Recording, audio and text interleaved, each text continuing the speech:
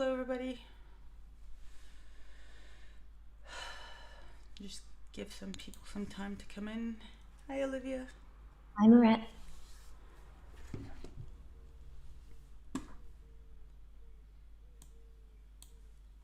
Hello. Howdy. Hello. Hello, everybody. Hello. Hello. Hello.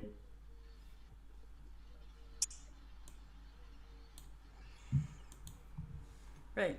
So there's a bit of a time lag between what we're watching on Zoom and what people are watching on YouTube. So we're just trying here.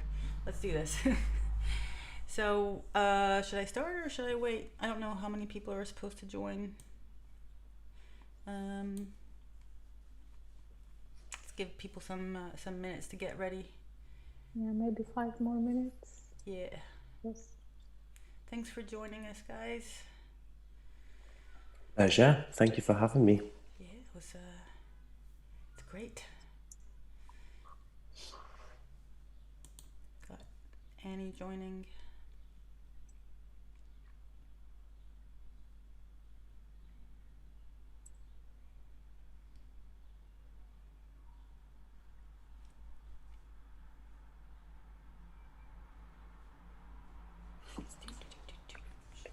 It's the awkward silence of waiting for people to come in.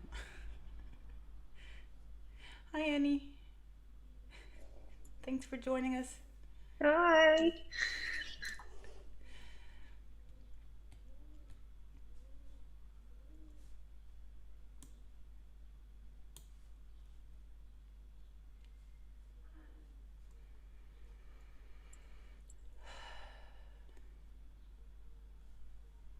Okay, 1 more minute and then we'll start.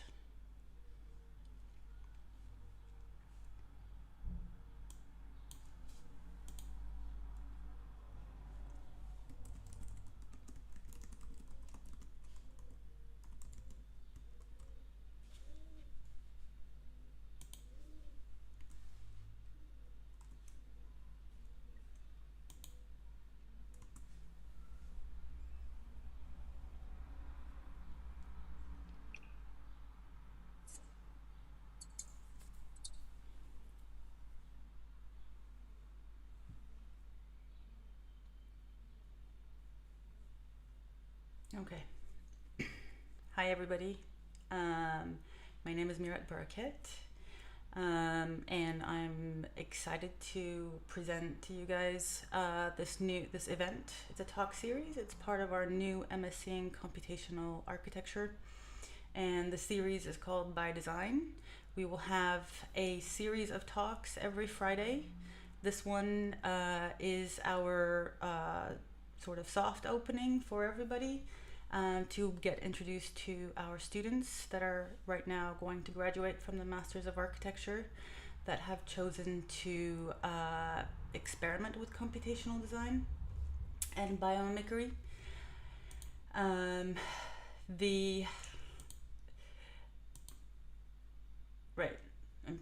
Okay, yeah, so that's me. And then we also are joined with Lydia Badarna, who will be moderating a discussion after a talk with Megan Peaks, who graduated last year from the MArch. She took her work from design research and biomimicry and created, we're pretty proud of her, and just managed to publish a journal article recently. We also will have a discussion with our joining Megan and Lydia, our graduates to be very soon. Simon and Jay, Jintao, Olivia. I got the names here.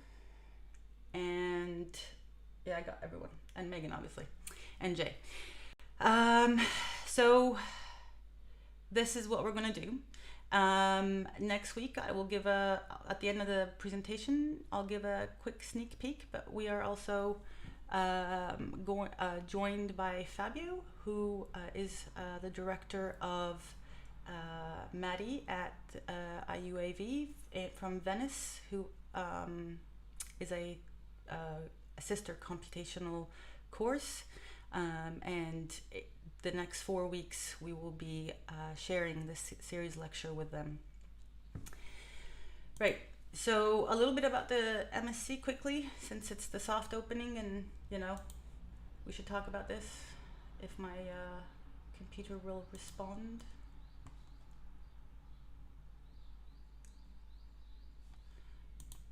Right, so the department has kind of found a gap in the education and in computational design that is not catching up with practice and research. There's a lot of research out there, especially starting with the turn of the century, and it is now that we have biological models and ability to use biology, the research and practice have taken off. So what we're doing now is creating this MSc to fill in the gap, so we can have a series and a group of new designers and architects of different backgrounds to find ambitious and new solutions to design problems. So quickly, we are looking at 2 tracks. One is design research and dissertations, where that would be very focused on allowing the students to find an open sort of planning and an open question and experiment and play based on their experiences and what they would like to do after they graduate. To help them on that path, we also have 2 sort of bootcamp modules. The first one begins with the small scale simulation, coding, microcontrollers, biosensing, and then the next one in the spring will be more focused on a bigger scale, fabrication and working with robots and digital fabrication and manufacturing. Linked to that and following it, the tools that you would learn in these modules would then be implemented in a small studio. That the first one focuses on urban problems, climate change, large scale problems that are interconnected and complex, whereas the second studio would look at more detail of systems and architecture. And then we have 2 modules that are linked together, where the students would create a project, a live project. They would work on the feasibility study, and then together we would all build it somewhere in Bristol.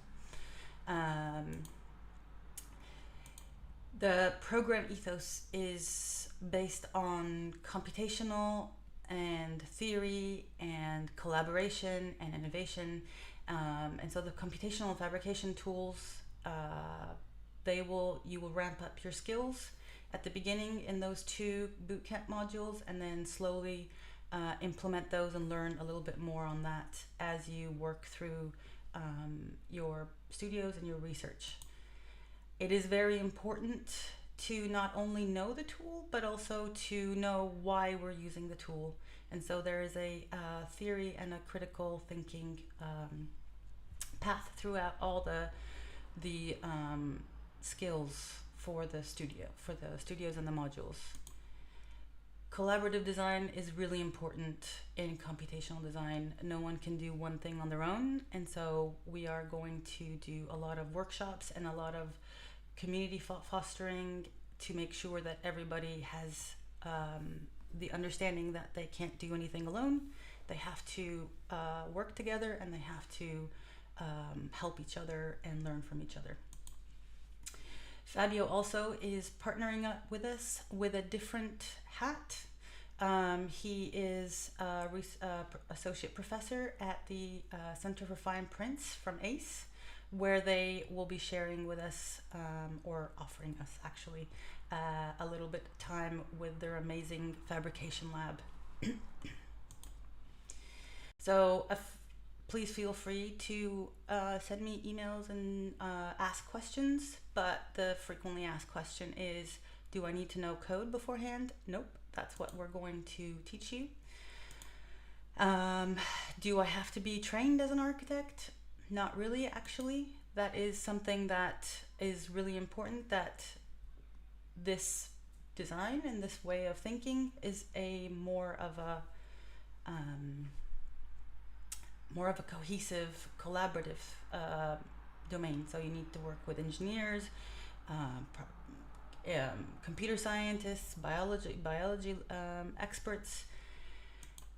And then, will you be able to investigate your own thing? Absolutely. That is something that we encourage, and we hope that you do that, because that's how we find innovation, through, thinking outside of the box.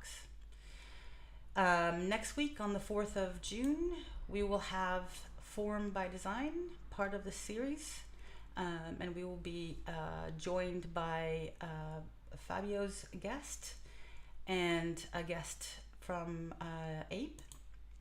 On the 11th, we will have Mathematics by Design, which also we will be sharing with Fabio.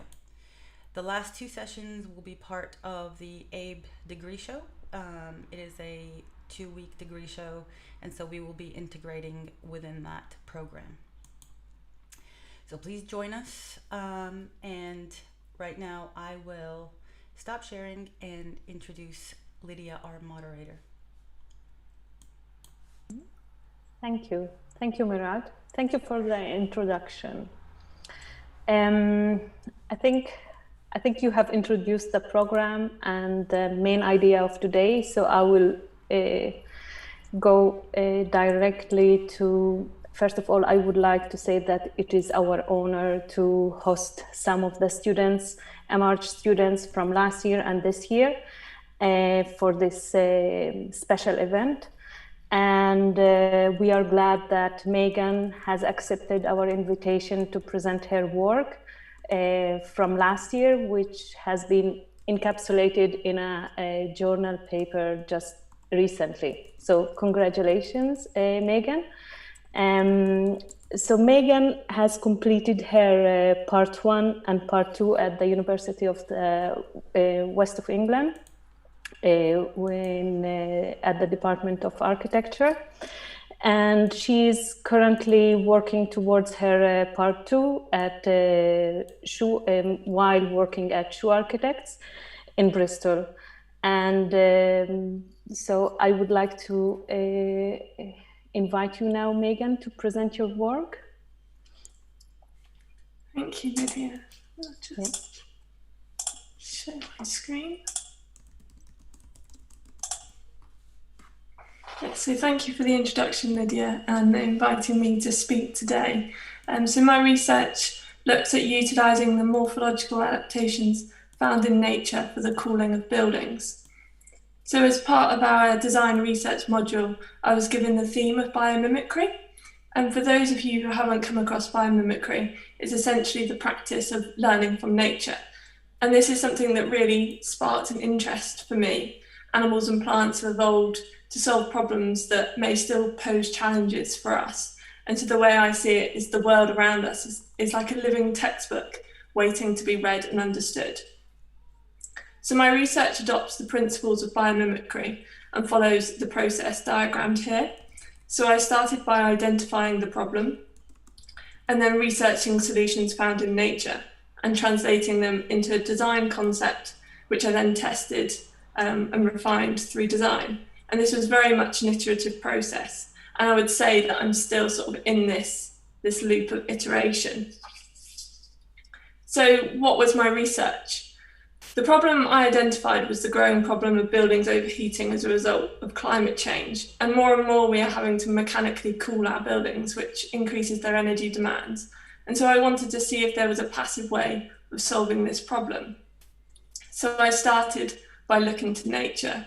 And there are several things that have been identified of ways of nature using to cool, such as panting, gully or fluttering. And the method that I chose to focus on was evaporative cooling. So for example, we as humans, we sweat, and then the sweat droplets evaporate, and then latent heat transfer takes place and we cool down. Similarly, vultures do something called urohydrosis, where they urinate on their legs and then this evaporates. And kangaroos do saliva spreading on their forearms. And elephants have wrinkly skin, which means when they spray themselves with water, more water is retained, which maximizes evaporative cooling. So I was particularly interested in this morphological adaptation of elephant skin, and I wondered if we could adopt this and apply this texture to facades to maximize water retention when it rains, in turn to maximize evaporative cooling.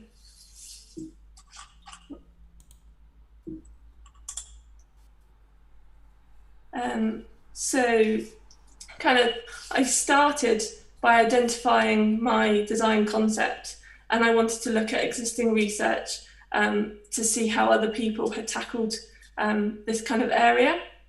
And these are some of the key projects I looked at. So starting at the top left, this is Lava's self-shading brick, which incorporates irrigation for cooling. The next one is breathing skin, and this stores water and releases it gradually for cooling.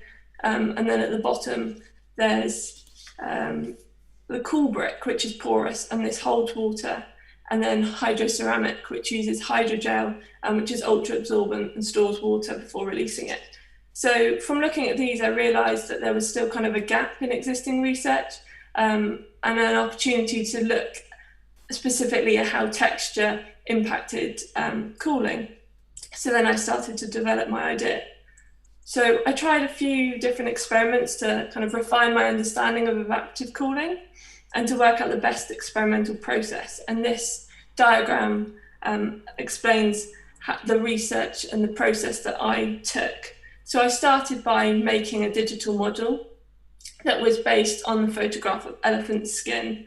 And then I CNC'd that model and vacuum formed it, from which I could then cast a concrete facade panel. And then when I tested it, I heated it up in the oven for a set period of time. I sprayed it with water 3 times, and then I took thermal imaging photographs for 5 minutes over a period of 30 minutes. So I did that then 3 times for each iteration. So it was an awful lot of thermal images, but it enabled me to see how each panel cooled. And so my first set of results were really encouraging. As you can see from the thermal images, the flat control panel was warmer throughout, and the panels with the deeper crevices were cooler, so they're the lighter blue at the bottom.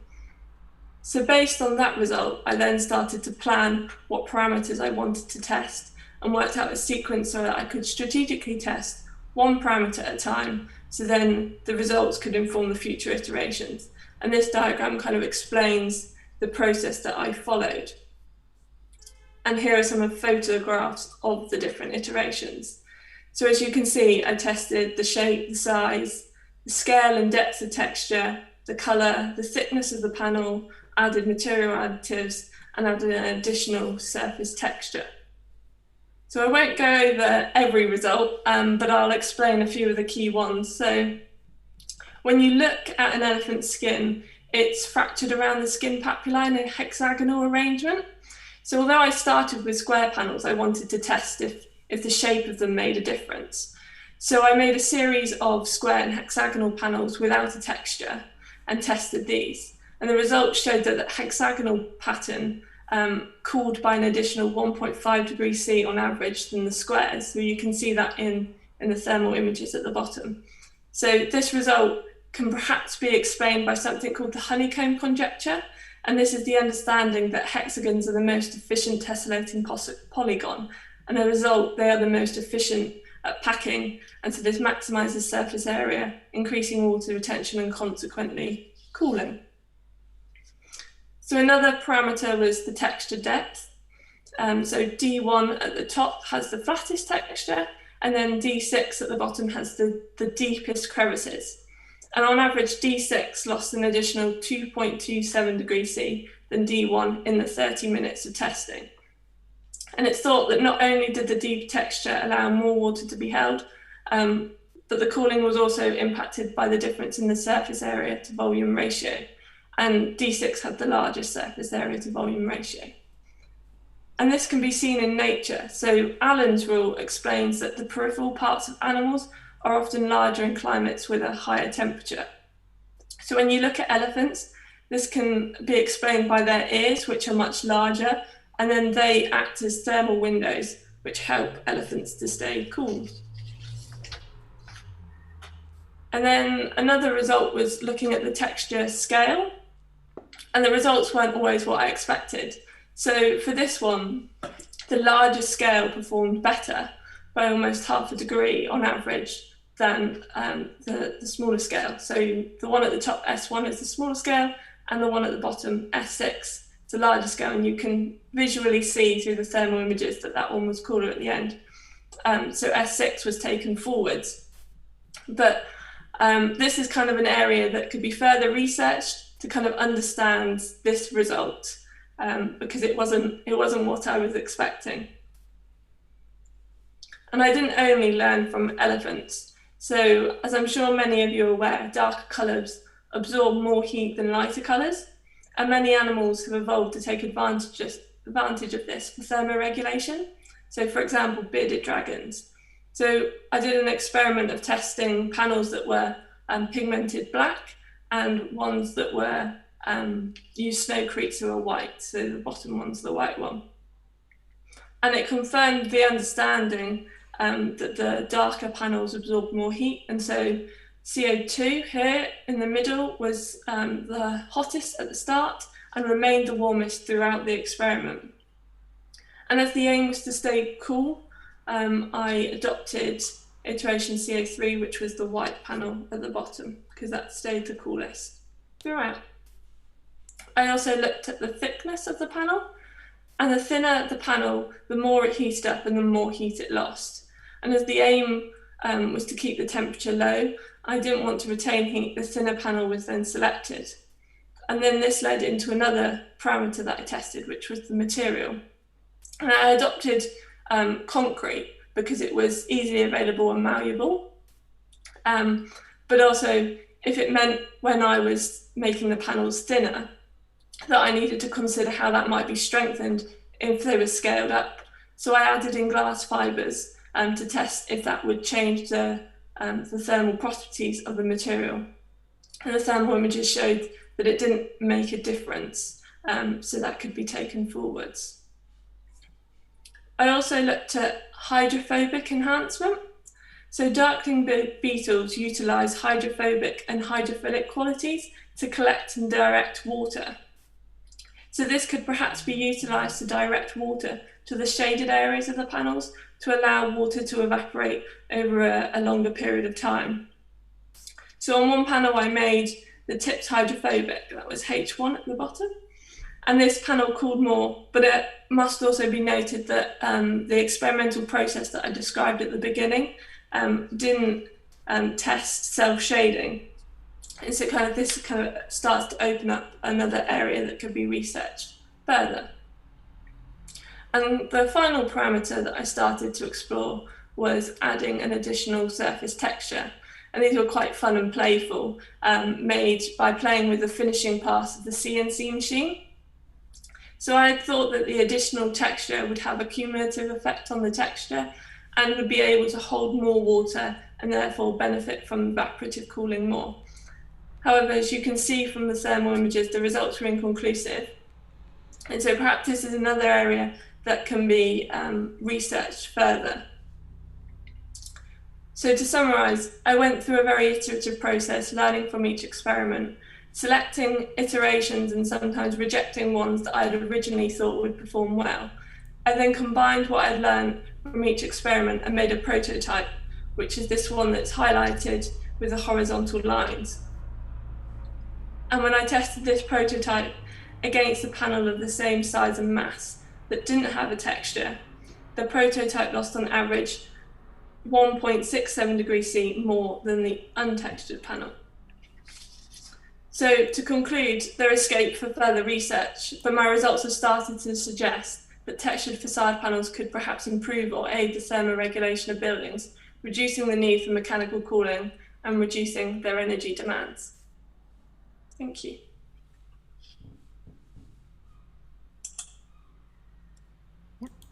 Thank you. Thank you, Megan, for your presentation. I think now we open for questions. Are there any questions from the audience?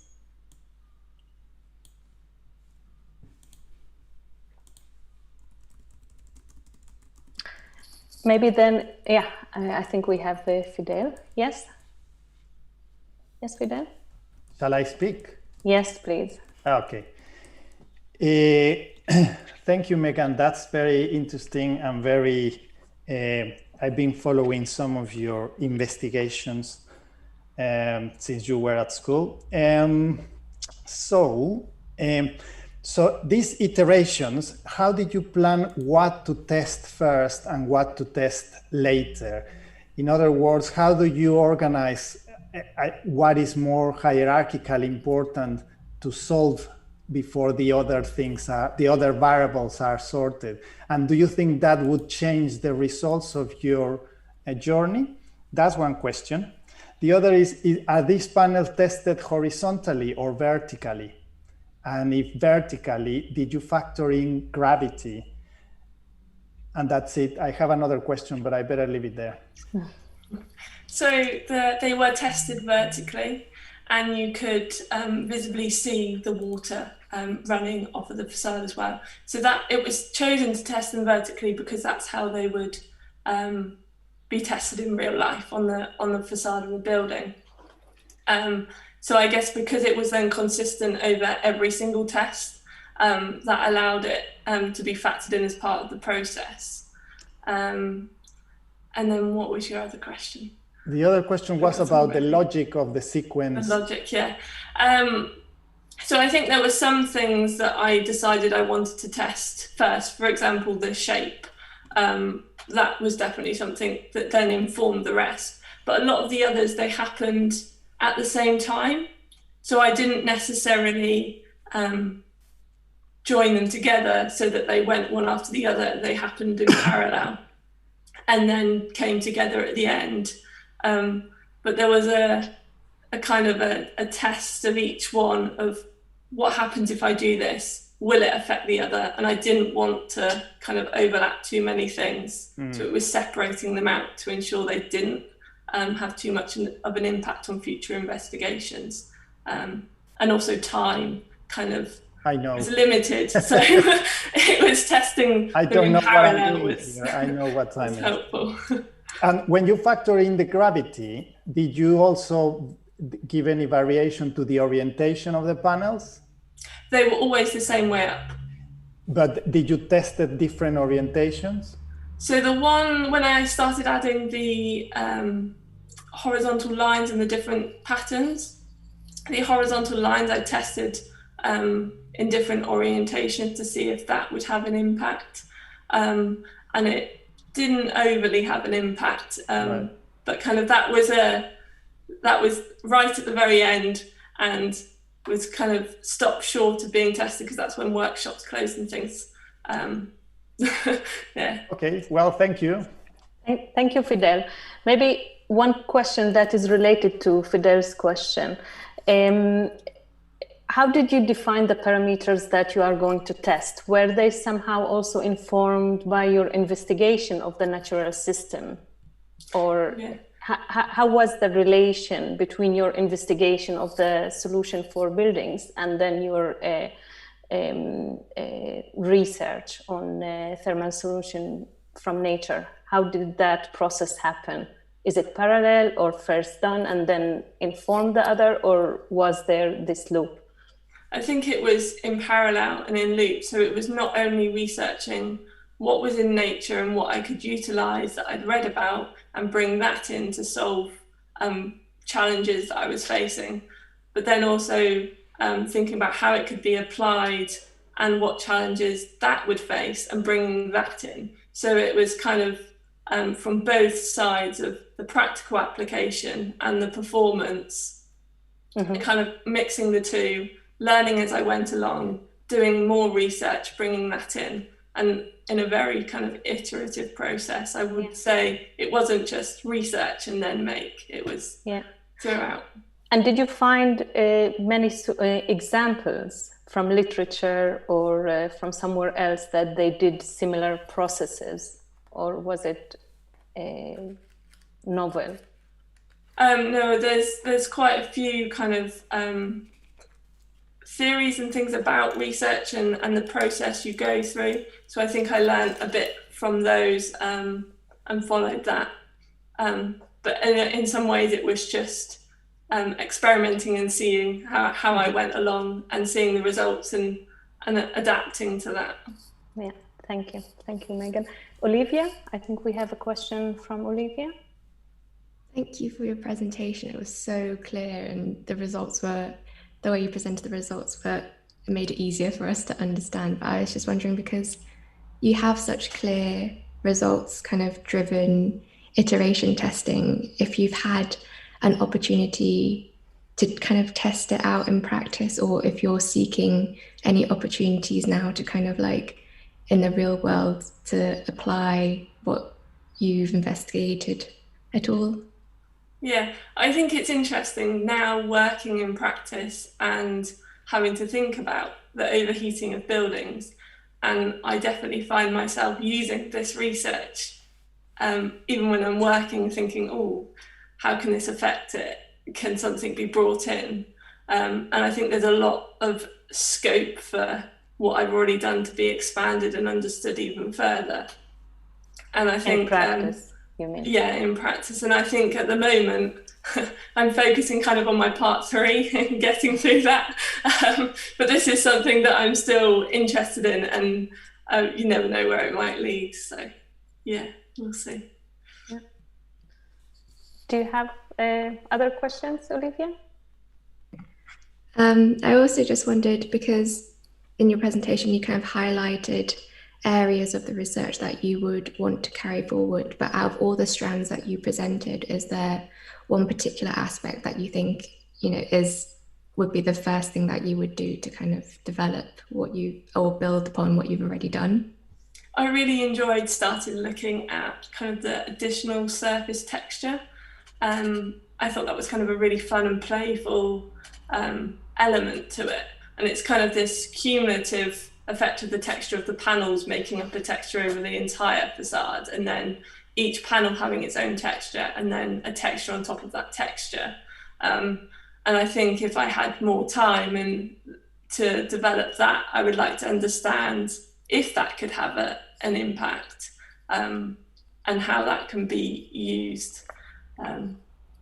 Yeah, it's kind of that looking at every single scale is interesting.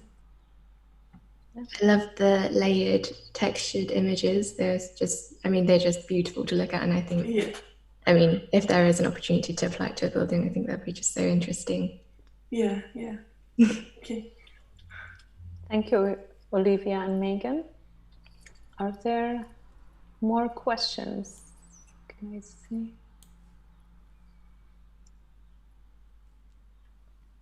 Okay. So, Merate, are you there?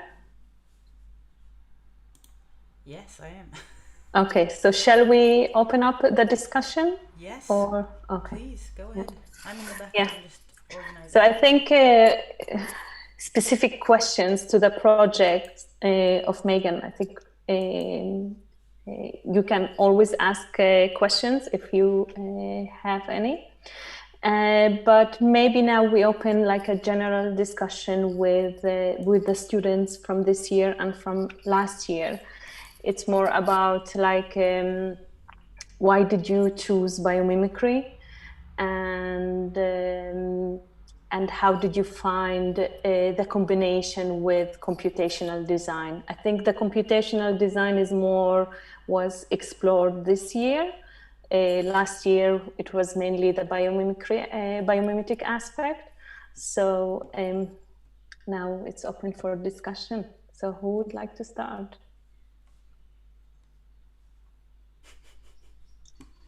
I'll start. Okay, I think for me it was just trying to push myself out of my comfort zone a little bit and engage in something I hadn't really studied before. You know, choosing kind of biomimicry in the computational studio, it felt like, you know, I had a new opportunity to kind of expand my skills and explore new topics and areas that would fundamentally help me become a better designer.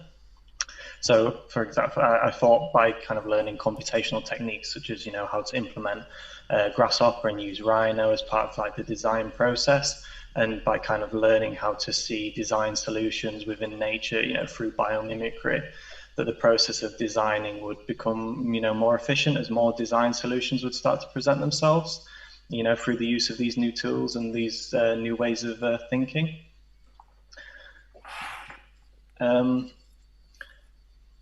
But yeah, it was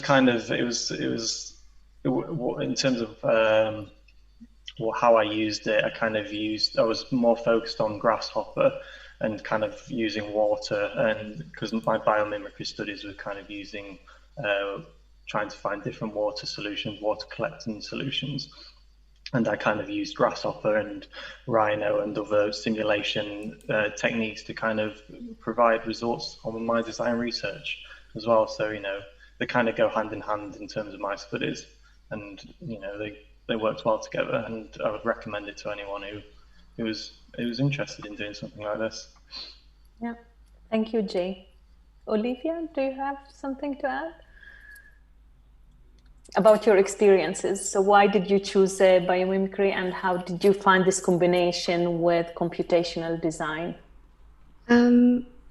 I think I chose biomimicry because I think kind of if you kind of look at the new student work that kind of comes out of architecture schools, and biomimicry is often attached to kind of the very abstract digital images you see. And I think in some ways in our industry, this is met with, it's met with a lot of skepticism. Some people are very for it. And I think for myself, I just wanted to kind of understand this niche a little more and kind of like experience it for myself, and to understand like where these people are coming from, because actually I do think that not everybody in the industry is kind of on the same level. They believe in the same things. So I think kind of coming to it and doing it yourself, it's such a different experience, and ultimately you kind of we create kind of what we ourselves already believe in. So I think within our computation studio and within the kind of biomimicry research, there is such a diverse range, and I kind of watching everybody's process, you can't really predict the outcome from the beginning kind of research question. And I think the process itself taught me a lot, and kind of being in it as a cohort and watching everybody else, I've also learned a lot. Mm-hmm. And what was the highlight of your experience? When you get it right after you have tried so long for days and weeks at the same kind of algorithm, at the same Grasshopper definition, when it finally works, just tears like of joy, belief. Mm-hmm. And yeah, it's okay to make a mistake, I think, definitely, but I think, just don't give up on it. Like, it's okay to mess up, but the most important thing is always to like try something new. Don't be afraid of failing. Yeah. Jintao? Hello. Yeah, hi. So why do I have to repeat the questions, or? I think other than what the guy said, yeah, I think between biomimicry and computational like method and tools, I think there's that link of logic that you can link both sides together. There is that connection, and in terms of looking at biological principles and systems and how you can apply that using computational method. And yeah, I think adding to Olivia said, I think there's that unpredictability of like experiment and don't know the end goal. I think that's the exciting and stressful part of doing this. But yeah, I agree. I mean, I just wanted to try something different. I knew that computational sort of architecture, but I just never had a chance of like trying myself. And this year we've had opportunity to this as well as biomimicry. I think it's a quite nice combination to try it out, and it's been fun. And yeah. So what was the most challenging part in the process? I think I'll be honest. it's trying to understand the logic and understanding the code, the programming, the language, and how you can adapt and figure out like the ideas, like the end goal or the objective. Yeah, I think it's just, and obviously learning the softwares, the programs as well, because I think none of us had any sort of previous experience in using Grasshopper or processing or other programming. So I think learning that and try and experiment at the same time is definitely the challenging part, but that's part of the fun, I guess. Yeah. So reflecting back on your experience, what would be your advice for future students? I'll say don't stress out too much. It's sort of just like take it as it comes. And every step is a challenge. Don't feel like if you fail or if you feel like you haven't achieved what you think you achieved, it's just part of the process. Just keep going. And yeah, and record everything, all the iterations. Exactly. That's part of the project. So yeah. Documentation. I think maybe Megan also has something to add on that, right? Do you want to add something? Yeah, I think it's true. Just absolutely record everything, because you never know how useful and critical that piece of information is. And like you say, every iteration you do, it might not get the results that you expected or you feel that you want, but it's a useful experiment and it shows anything, even if it is something you think isn't worth recording, it definitely is. Yeah. Definitely learn that. And taking photos, pictures of yourself, of the process, everything. So yeah. Simon? Hello. Hi. So I think computation and biomimicry's got a very nice way of it can be combined with sustainability aspects of building very nicely. And as Megan said in her presentation at the very beginning, all the answers are there. We just need to find them. So for me, choosing computational cluster in terms of studio and biomimicry and design research was more of trying to combine my knowledge thus far in architecture and reapply what I could potentially find in terms of natural logic, in terms of problem solving, whether it's a problem with the form or whether it's a problem with envelope of the building or the energy efficiency of it. So I think it definitely is the way forward in the way we as architects carry out our daily tasks. We just have to find the answers to the problems, which the answers are there. We just need to identify where they are. Yeah. And do you have anything to add, because you are in an apprenticeship route? So how did you see the exchange between both?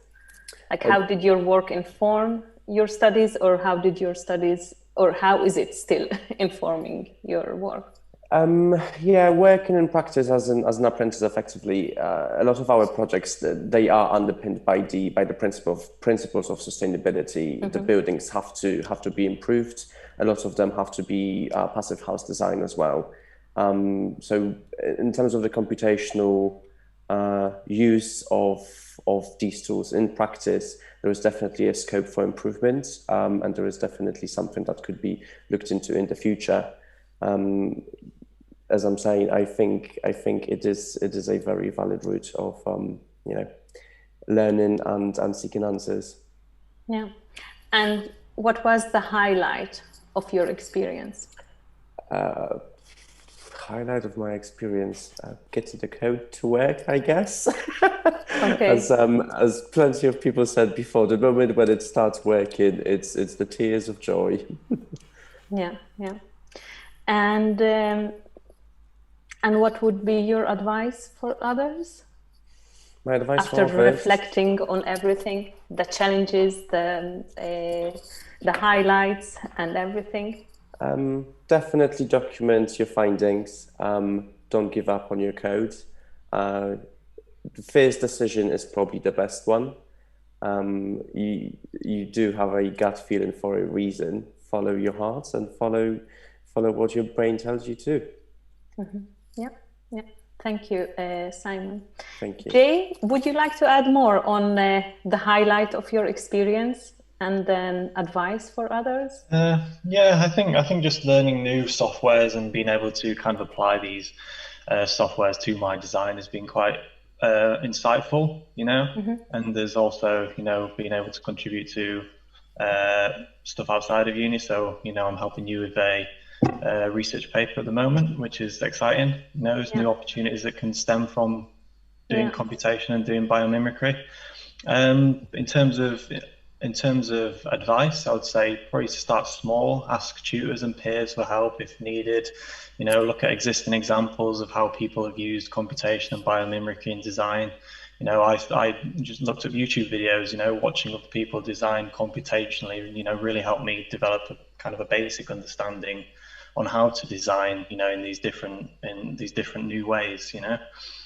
But I think, you know, also persistence is key, because, you know, it's sometimes not going to go right the first time over, you know. You've got to stick to it. And like Olivia and Simon said, you know, once a script or a code you've created works, it's, you know, it's really rewarding. And yeah, it's really rewarding. Yeah, I think all of you so far have been impacted by COVID and lockdowns.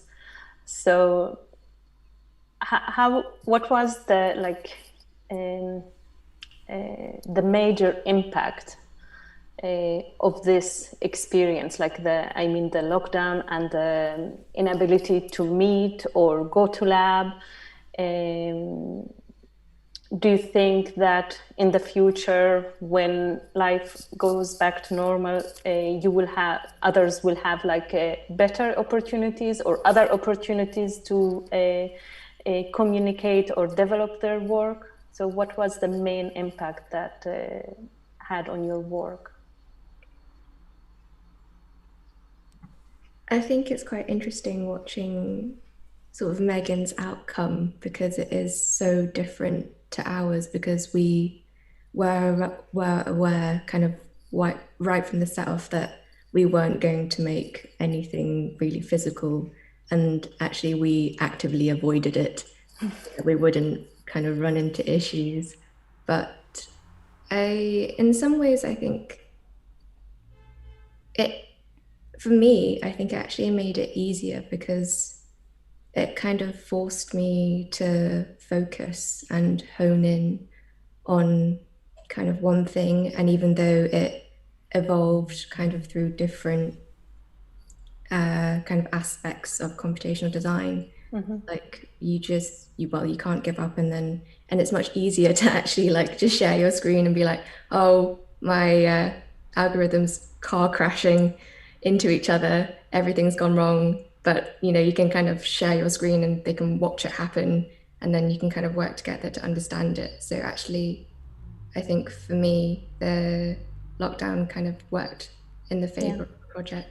So it's more like because you had the choice of another tool that is more digital, that is more could work better in these environments where we are tied to our laptops and not doing experimental activities.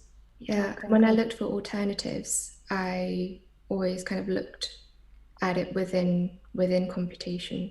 So I think I kind of tried a diverse range of kind of other branches of the same thing before I kind of settled in on something I was more confident with. Yeah.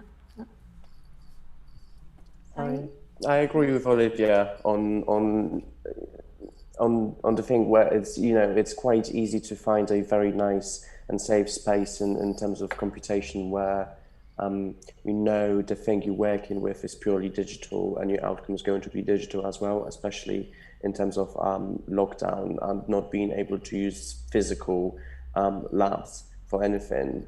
Though saying that, I kind of wish I was able to experience more of the collaboration side of things, where you do get your code, you do get your logic, and you do get your script, and then you can actually fabricate it, and you can make something physical out of it and test different iterations.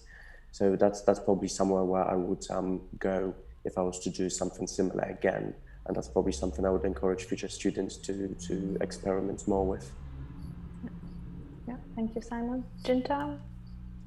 I'm gonna play the devil's advocate because I think COVID has affected the way I sort of study, because I enjoy sort of being in studios, being in that environment where you can get opportunity to use the lab, use the fabrication machines, and etc., and like test different iterations rather than just pure digital aspect. I guess it's kind of like a balance of both, where you can see your peers and you can ask for their opinions, or you can like sort of do looking at previous years when they had like mock exhibitions, where you can like showcase your iterations, experimentations, that you can like get feedback from each other. I think that's quite crucial, I think, in terms of in our industry, to be working and collaborating with each other and exchange ideas and stuff. So I think I definitely suffered from, I think, being locked down and not being able to access like the studios and like the labs and the machines. So I think, yeah. Thank you, Jintao. So hopefully this will be history soon. Yeah. Jay, would you like to share something? I think it's just the same points as everyone. It's just like not having access to the labs, the workshops. It's different when you're at home. You don't have architecture students around you to kind of talk to. Last year we could just go into the studio and be like, oh, can you help me with this? So it's been tough in that sense. But on the other side, it does force you to kind of think about ways around it. Ways you can kind of apply yourself to the situation you're in. Because computation, you can access a lot of stuff on your computer. So you've just got to kind of be in the positive mindset of, COVID's a terrible situation to be in, but there's good things you can take from it, I think. Yeah, thank you, Jay. Megan, I think you had a different experience, because at the beginning everything was normal, and at the end we had the lockdown. So did that impact some of the plans that you were? Yeah, definitely. It kind of stopped me finishing it of where I expected to get to, I guess. I think we were lucky in some ways that there was a couple of weeks before everything locked down, when we were expecting something was going to happen, that I was able to tie things up and get some final results, or as final as they could be, in comparisons, so that I had more to analyse. And it was just kind of a last minute rush of do all the experiments as soon as I can, so then I've got something to analyse when perhaps we can't use the workshops. I think it taught me that it's always beneficial to keep testing as you go, kind of that don't leave everything to the last minute, because you never know what might happen. Exactly.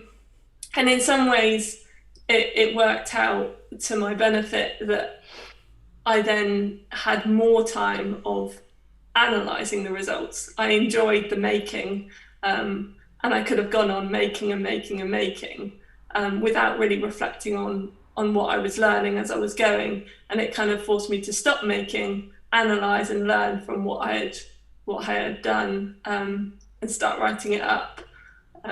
So yes, it was restrictive, but some ways it was beneficial. Yeah. And how would you reflect also on the experience that you had after on writing a journal paper? It was a very interesting experience, a very enjoyable experience, but sometimes stressful. It gave me a greater appreciation, I think, for research and how rigorous you have to be. Going back to that record everything is so important. But it was really interesting. I really enjoyed the process of kind of analysing everything again, going over it, checking my results, realising different things I hadn't noticed before. It was really interesting, and if anyone gets the opportunity, go for it. You'll learn more new things, which is always good fun. Yeah. Thank you, Megan. So let's see. Thank you everyone for the discussion. If anyone would like to add something more, about your experiences or advice to others, then this is the time. And then we also open the opportunity for others to ask questions, to ask anyone question from the audience. Merate, do you want to join us? Happy to. You guys have been doing so well. Yeah, I'm hoping that our guests would ask questions. We're also live streaming, so if you have any questions, please put it in the chat, and I'll ask our panel. I kind of have a question about before you decided to go for the computational studio or the Biomimicry group, what did you expect, and was it what you expected when you came out the other side? Which is very interesting. I'd like to see what you guys think. Maybe we can start with Megan, because she did it last year, and then we do the newbies. I honestly didn't know what to expect. I think we were in the first year of having biomimicry as kind of as an option.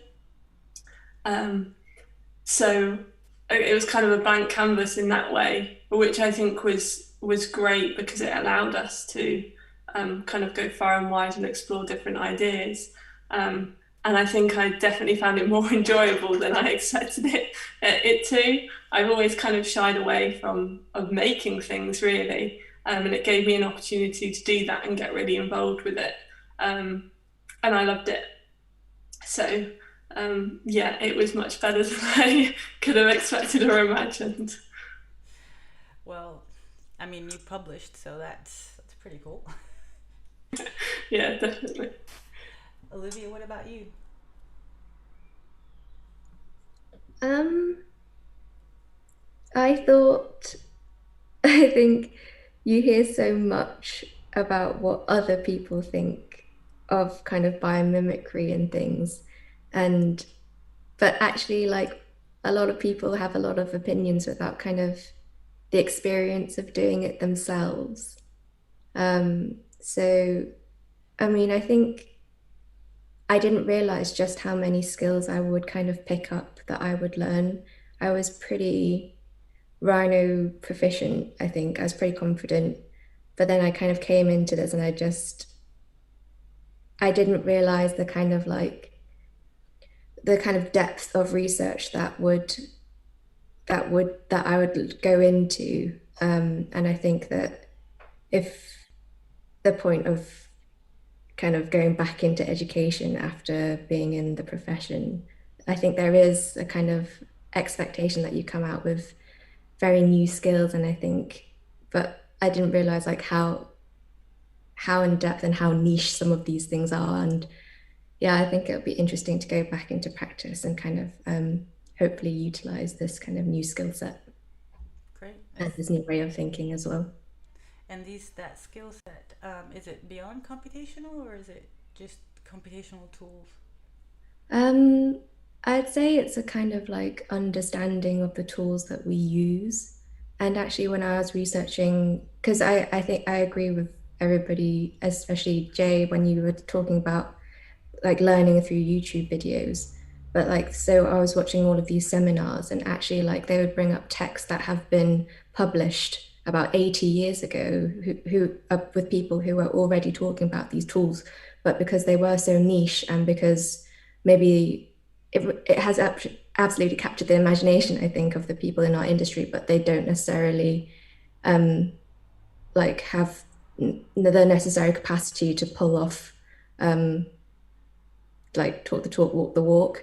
So I think it's interesting kind of being at this point in time now where, you know, with all of these plugins, with all of these, how we're kind of carrying forward these kind of like visions that are so kind of predated of our time, and now that, you know, we have all these tools, it's kind of interesting to see it all kind of like the whole picture, when I think because I think school gives you the time to do this, to kind of actually understand it in full.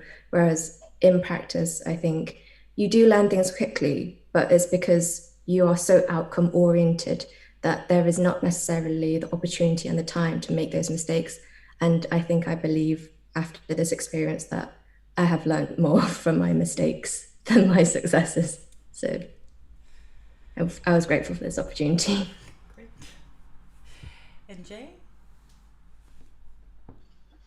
Yeah, I think in a sense I knew it was going to be tough because it was, you know, a new area of study.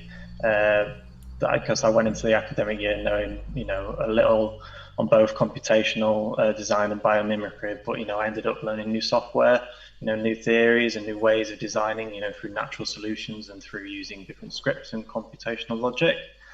But I think, you know, my experience was also more about opening up my understanding to, you know, different ways you can design an architecture, you know, through computational and biomimicry approaches.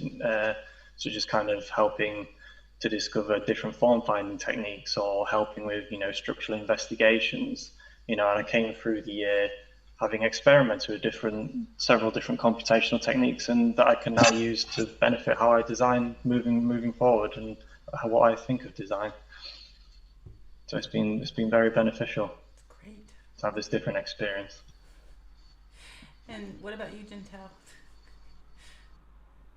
Jintao? Yeah, so I think, you know, beginning of the year when this option came up, is something that, you know, I thought is I can step out of my comfort zone, try something new, different, and, you know, don't know what to expect, like the outcome would be. And yeah, I agree. It's a very useful tool to have, and it's a very, you know, interesting specialism like within architecture that it can just explore endlessly, because there's so many materials and ideas out there that it's just like, it's very unpredictable, I think. And yeah, I'd be interested to see where like the future of architecture holds within this area. And Simon, because also you were working at the same time, and so I don't think you had time to actually test endlessly, like Jintao said. So, what do you think? How did you experience it? Like, did it when you started? Did it feel like what you were gonna get out of it at the end? So, well, I did already previously dabble in Grasshopper before, so, you know, I didn't have to spend as much time trying to learn and know how to do things in order to do them. Though I think, yeah, the testing and reiterating time was definitely much shorter. So I did find myself having to actually make a decision, go with it, move on, start another step. So saying that, I think I was sort of, when I started this year's studio, I had this image in my head where you sort of look at, for example, the AA projects, computational projects, which are like basically spaceships, etc. Whereas I just sort of looked at my building at the very end after I've submitted my portfolio, and I was like, this is nothing like that. It does use logic, it does use computation as a tool in decision making and in designing, but it doesn't have to be so random that is almost untouchable. Like it can look familiar. It doesn't mean it didn't use computation. Yeah, definitely. Right. Can I ask another question, Lydia? You're the moderator. Just a quick Go speed ahead. round. Go ahead. Just a quick speed round. Since we ended with Simon, let's start with Simon. Would you use this when, or are you planning on using this forward? Yes or yes. No? Yes, I will. Hopefully a bit of an R&D situation in practice as well. Yes, that's great. Definitely. And Olivia? Yes, and I will be quicker. Well, we'll see about that. Jay? Yeah, definitely. Hopefully I'll learn a bit more about it as well, moving forward. And Jintao? Yes, 100%. 100%. Well, Quick. cool. and Megan, you've already done the paper, Yeah. but are you going to move this forward, or is this a one-off? Yeah, I mean, I'm still interested, and I'd like to see where it goes. Like I said before, concentrate on my part 3 for a bit, and then we'll see where the world takes me. See what happens. Yeah. Well, okay, I'm going to let Lydia take over the moderation. No, I think we have concluded the moderation, so I bring it back to you, Merate. I would like to thank everyone for their contribution and for the questions from the audience. So so back to you, Merate, to conclude the session or the event. Great. Or unless you have something else to add. No, it's just a thank you for our students, our ex-students, our graduate students, and the people that joined us here on Zoom and live. Just an FYI that remember next week, Friday at 4 p.m. we will be joined by Matteo Silverio from MadiX and Dr. Yaya Lavapur for the Form by Design session. It's moderated by Dr. Eleonora Nicoletti, so that should be exciting. Thank you, everybody, and thank you. Right, this was fun. Thanks, guys. Yeah, yeah. Hope to see you all soon. Bye, everybody. Thank you very much. Thank you. Thank you. Bye. Thank you. Bye, Annie. Bye, everyone. Bye bye.